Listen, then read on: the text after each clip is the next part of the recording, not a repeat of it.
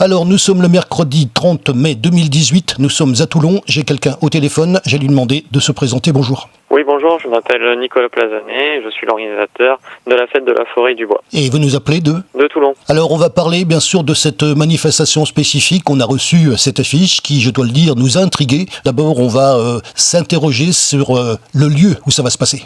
Ça va se passer dans le village médiéval du Castellet. En quoi ça consiste ? Alors, il y aura plusieurs étapes du week-end. Tout d'abord, le vendredi à 10h30, l'inauguration des jardins du Oui, qui ont été réalisés par Mouvement et Paysages, et en fait qui personnalisent les étapes de l'incendie sur l'influence que peut avoir ce phénomène plus ou moins naturel d'ailleurs selon les cas, sur un peuplement forestier. Montrant justement la régénération naturelle et puis les essences pionnières qui poussent après. Ça se tient sur 3 jours. Le jour le plus important, où on attend le plus de monde, ce sera le dimanche 3 juin pour la fête de la forêt et du bois. D'accord, et en attendant le 2, puisqu'il y a le premier de l'inauguration des jardins. Alors, l'espace de l'Europuni dont on a parlé dans des interviews précédentes, on va parler du samedi, le 2 juin. C'est l'après-midi aussi. C'est l'après-midi. À partir de 14h, on propose une exposition sur le concours d'art que nous avions lancé avec le soutien de l'école de tournage sur Bois Escoulen et de la Villa Noailles lors d'un précédent événement. Il y aura cette exposition qui reviendra sur certaines œuvres qui ont été créées à cette occasion.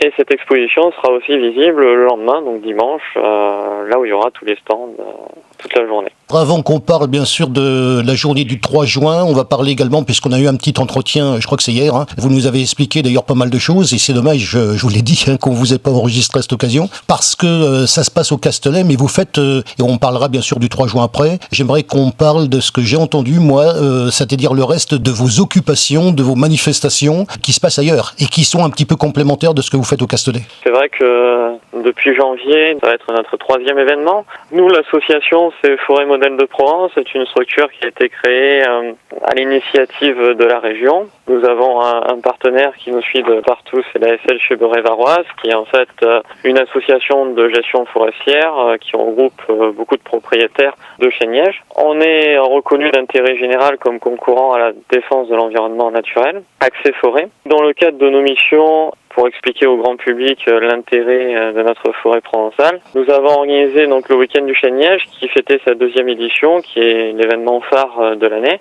Et on a voulu ne pas rester sur...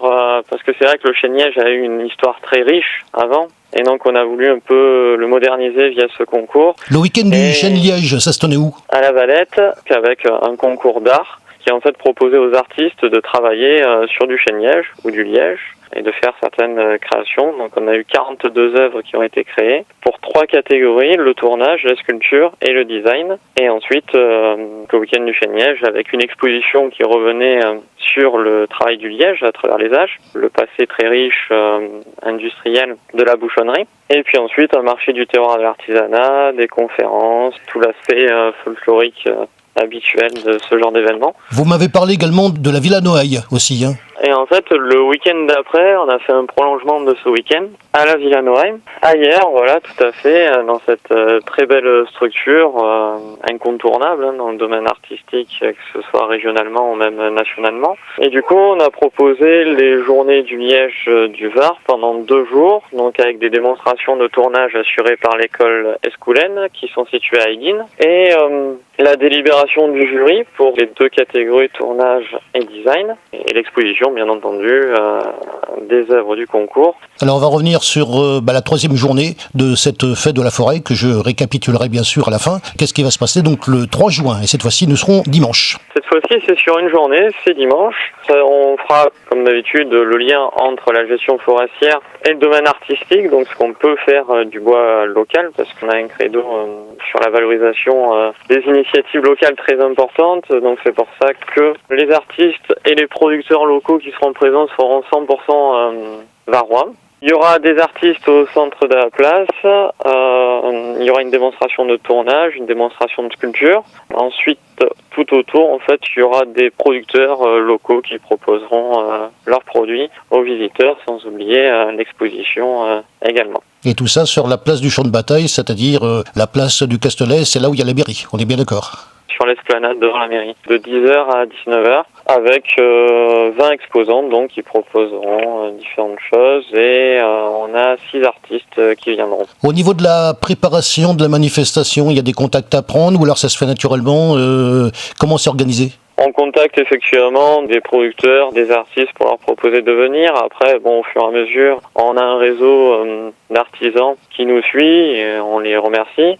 Notamment Jacques Trochery qui est tourneur sur bois et qui a une grande collection de bois locaux et de bois même du monde, qui est très intéressant. D'ailleurs, qui a gagné le Grand Prix du tournage dernièrement sur notre concours à la Villa Noailles. C'est vraiment l'artiste qui nous suit depuis le début et nous le remercions. En tout cas, ça nous a intrigués.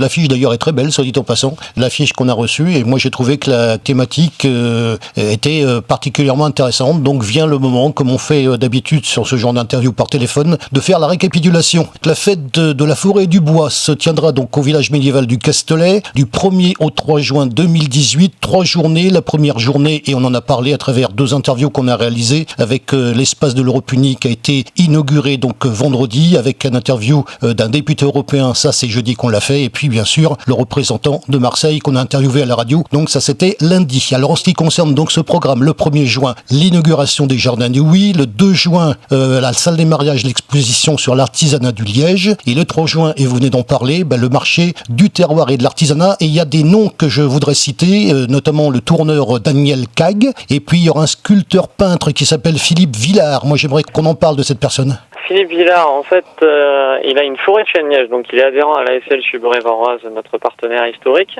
C'est un artiste américain très très connu qui fait des expos de partout dans le monde et qui nous fait l'honneur d'être présent. Donc il est artiste, sculpteur et peintre. Et à côté aussi, il y aura donc Jacques Trochery, comme nous en avions parlé. Oui.